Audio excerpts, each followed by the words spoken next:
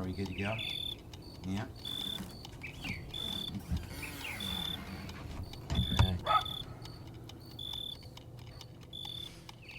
Okay. Let's rock this party. What happens when a 60-something working-class artist is deported because he can't afford to live where he works?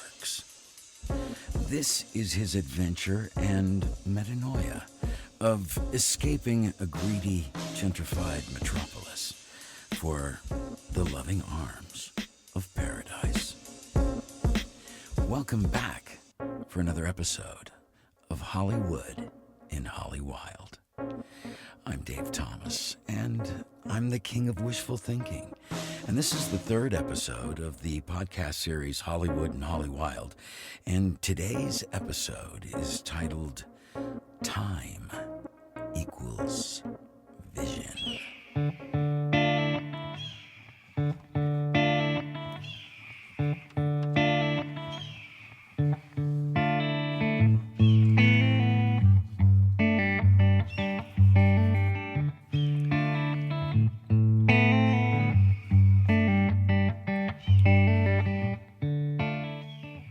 Something in my life now that most people don't have. And that one thing is time. And I've got it by the ton.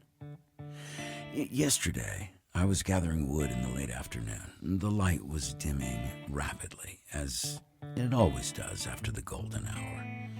I had to collect an armful of dead manzanita branches to get my fire going. It burns a lot hotter than oak, and when wood is cold, it's harder to get a fire going. I was actually rushing a bit, and not having felt any real pressure from lack of time, I noticed it graphically. I was noticing how it felt to be rushed.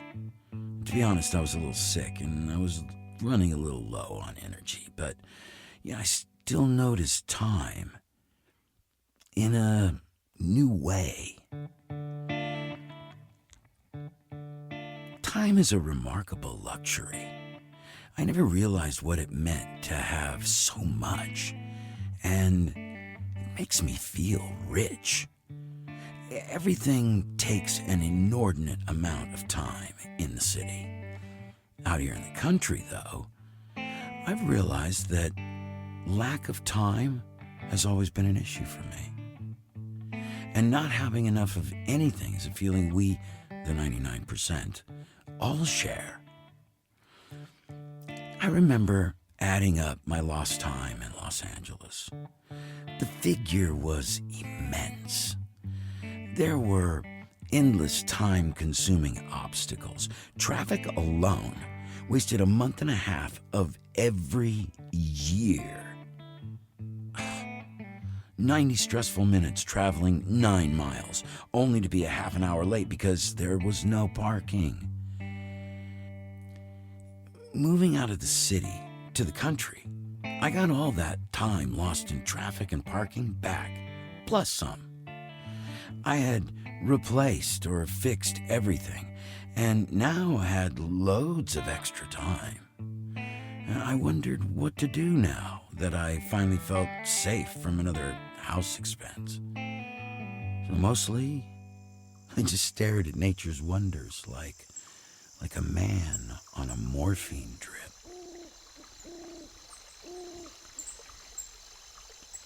My best mate, a famous commercial director, visited me.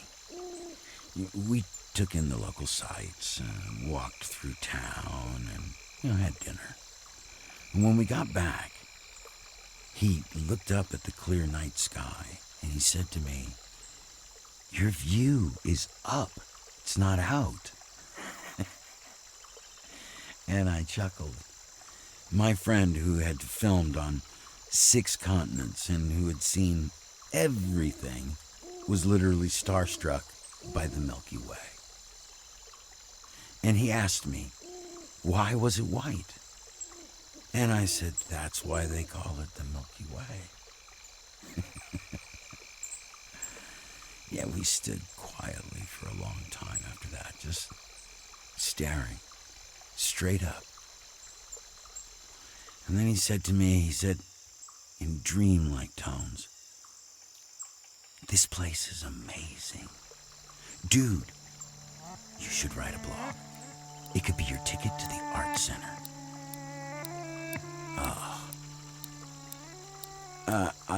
I reminded him, I'm not a blog guy. Yeah, I hate talking about myself, and my life isn't interesting enough. But he countered. He said, "This is the Odyssey, and you are Odysseus. You beat mythic obstacles to get here. You are that guy." His poetic analogy of my life was, it was intimidatingly grandiose. I couldn't see what he did. Yeah, I've lost more battles than Odysseus, and I'm not that clever. I do, however, have street smarts, and I've probably recovered from being told no more than Odysseus ever did. I mean, hey, show business is tough, for real. But maybe Odysseus could serve as inspiration.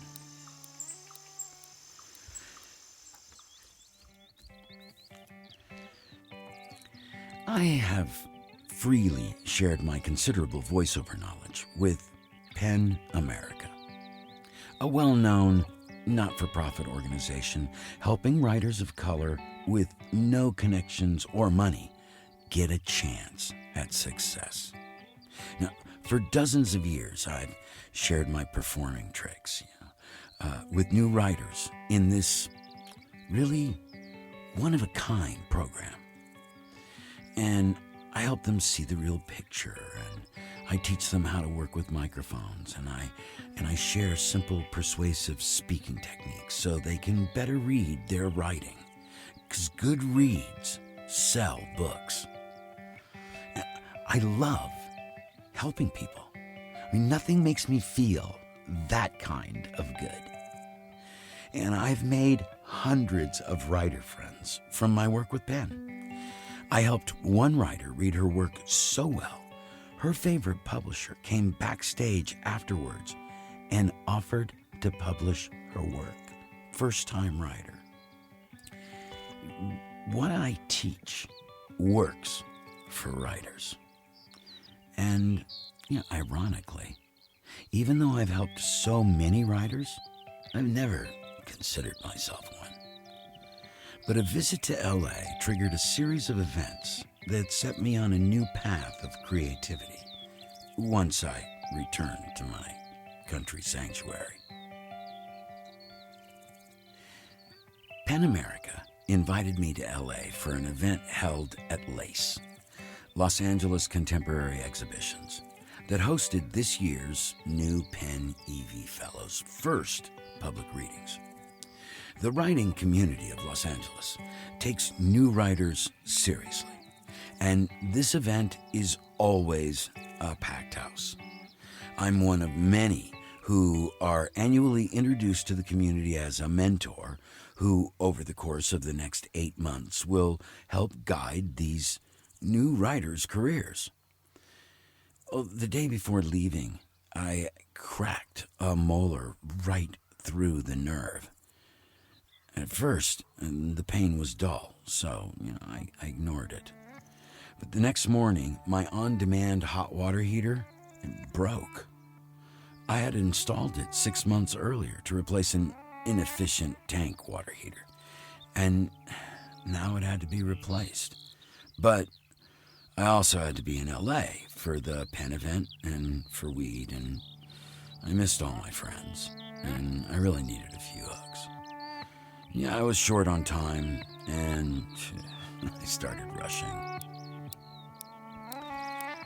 I hadn't showered for 2 days, and my 5-hour drive ripened my armpits, enough to smell them with the windows down. I arrived broke out my laptop, ordered a new water heater online, got refunded for the old one, saw my weed guru. I still had 30 minutes. So I went to a friend's place to smoke a fatty and view his newest paintings before the galleries in New York or Miami do. I had a nice short chat with his wife. She's a brilliant industrial designer. And then I had 45 minutes of traffic on the 101 before my whirlwind day slowed down enough for dinner with my BFF. It was my first meal of the day. And we laughed and caught up, and I drank in the pretty people of Los Angeles. Somewhere, I don't know, between dinner and the end of the Penn event, I caught a cold. Fast, hard. My tooth pain had a new friend named Congestion, and neither would stop yelling. I felt so bad. I crashed early, and I had a night filled with sweat-drenched and crazy dreams, pain and noises that woke me up all night. It was a far cry from the quiet I have become used to. I woke the next morning feeling horrible. I dug deep and I concentrated on my busy day while I ignored my body.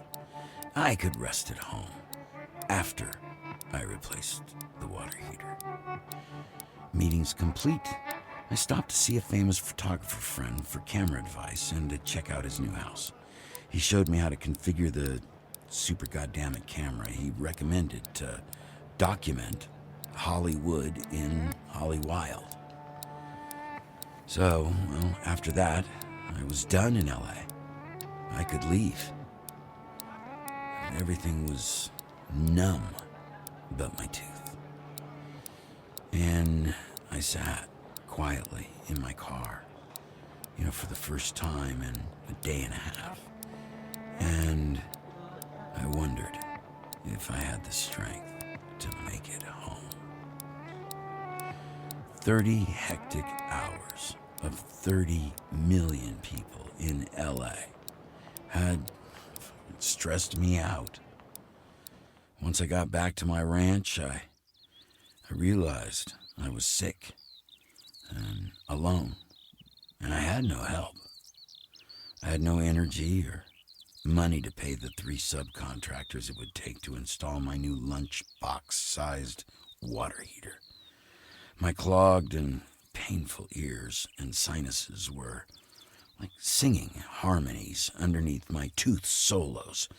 Throbbing pain made a music, a rhythmic, drowning groove that came in waves across the right side of my head.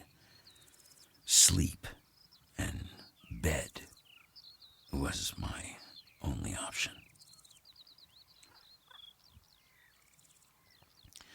On-demand hot water heaters are highly efficient and they save money.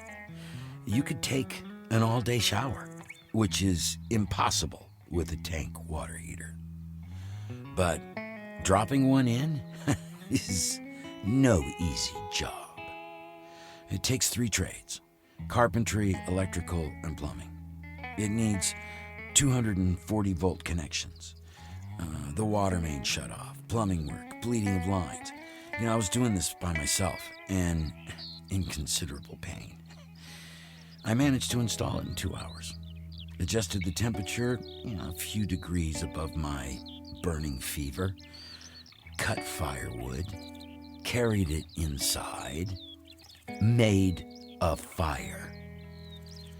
I shivered, waiting for the house to warm up, and then I took a very long shower. At least I'd be clean during the week waiting until the dentist could extract my cracked molar from hell. I had an easier time getting unsick than I would have in the city. It's cleaner.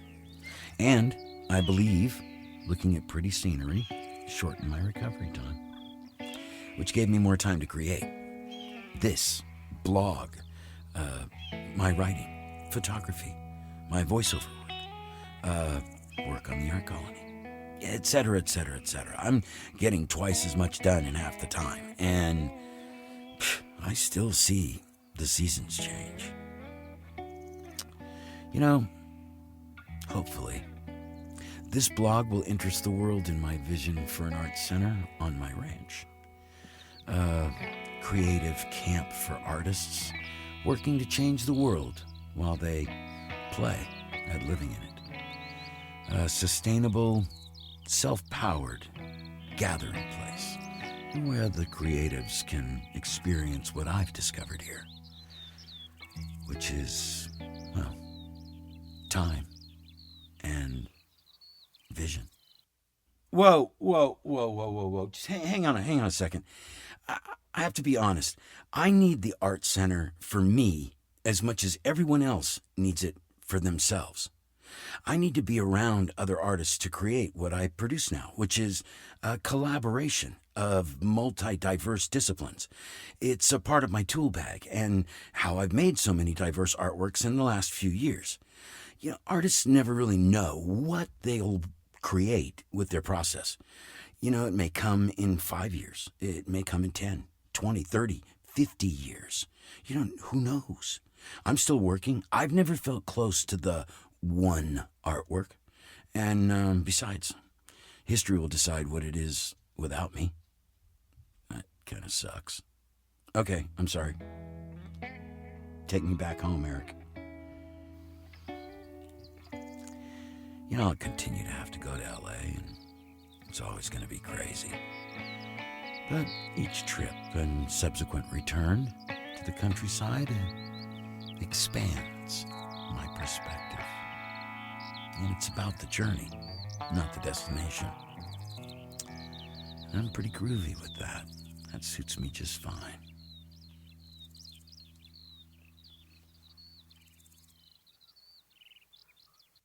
Let me know if you like this. And don't forget to check out the blog and other goodies like videos, photos, and links to other brilliant artists' work on our website, HollywoodInHollywild.com.